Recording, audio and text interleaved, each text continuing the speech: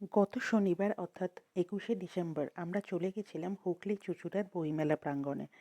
এই বইমেলাটা অ্যাকচুয়ালি শুরু হয়েছিল ১৪ তারিখ থেকে ২২ তারিখ পর্যন্ত।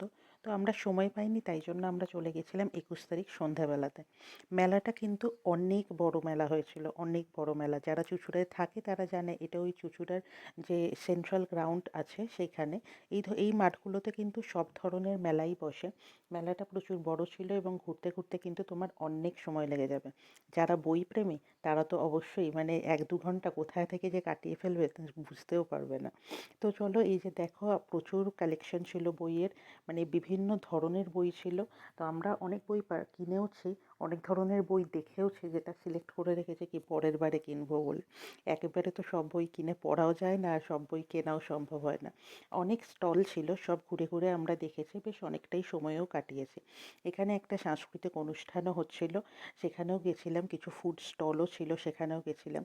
তো বাচ্চারা অনেক ভালোভাবে এখানে ডান্স পারফরমেন্স করেছে, সেই সব দেখেছি। মেলাটা প্রচুর সময় ধরে আমরা দেখেওছি যে প্রচুর আলপনার বই ছিল। দেখো, আলপনাগুলো এত সুন্দর ছিল, ভাবছিলাম একটা কিনেই ফেলবো আলপনার বই। কিন্তু এখন তো আর সময় হয় না বলে আঁকাঝোঁকাও করা হয় না। আলপনা বা কোনো ড্রয়িং কিছুই সময় হয় না বলে করা হয় না। বাচ্চারা খুব সুন্দর করে এখানে দেখো প্রোগ্রাম করছিল। অনেক ভিড়ও হয়েছিল এই সাংস্কৃতিক প্রোগ্রামের জন্য। বাচ্চারা খুব মজাও করেছে নিশ্চয়ই প্রোগ্রামগুলোতে। আর এই যে দেখো, আমি ঘুরে ঘুরে কিন্তু দেখছিলাম কোন বইটা কেনা যায় আর কোন বইটা কেনা যায়, কিন্তু আর কিনে উঠতে পারিনি, এত বই কেনা হয়ে গেছিলো। আর কী কী কিনেছি সেটা কিন্তু তোমাদের সঙ্গে আমি পরের ভিডিওতে অবশ্যই শেয়ার করে দেবো।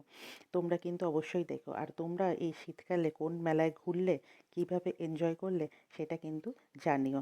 চলো, আজকে এই পর্যন্তই।